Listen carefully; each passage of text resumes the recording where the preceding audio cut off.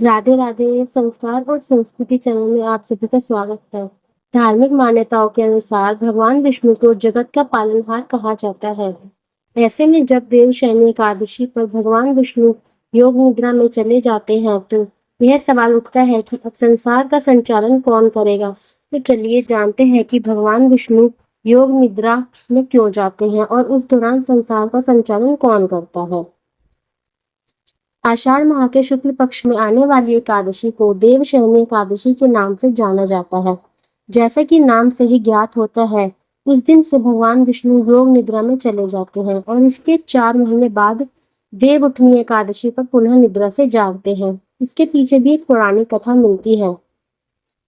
देवशयनी एकादशी का शुभ मुहूर्त। आषाढ़ माह के शुक्ल पक्ष की एकादशी तिथि 16 जुलाई 2024 को रात्रि 8:23 पर शुरू हो रही है।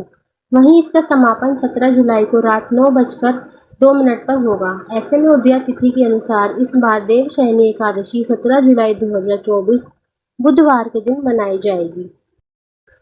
पौराणिक कथा। भगवत पुराण के अनुसार भगवान विष्णु ने देवराज इंद्र को स्वर्ग पर पुनः अधिकार दिलाने के लिए वामन अवतार लिया। कथा के अनुसार असुरों के राजा बलि ने तीनों लोक पर अधिकार स्थापित कर लिया था। तब वामन भगवान राजा बलि के पास पहुंचे और उनसे 3 पग भूमि का दान मांगा। राजा बलि इसे स्वीकार कर लेते हैं। तब वामन भगवान ने एक पग में संपूर्ण धरती, आकाश और सभी दिशाओं को नाप लिया। वहीं दूसरे पग में स्वर्ग लोक को नाप लिया। इसके बाद उन्होंने बलि से पूछा कि अब मैं तीसरा पग कहाँ रखूं।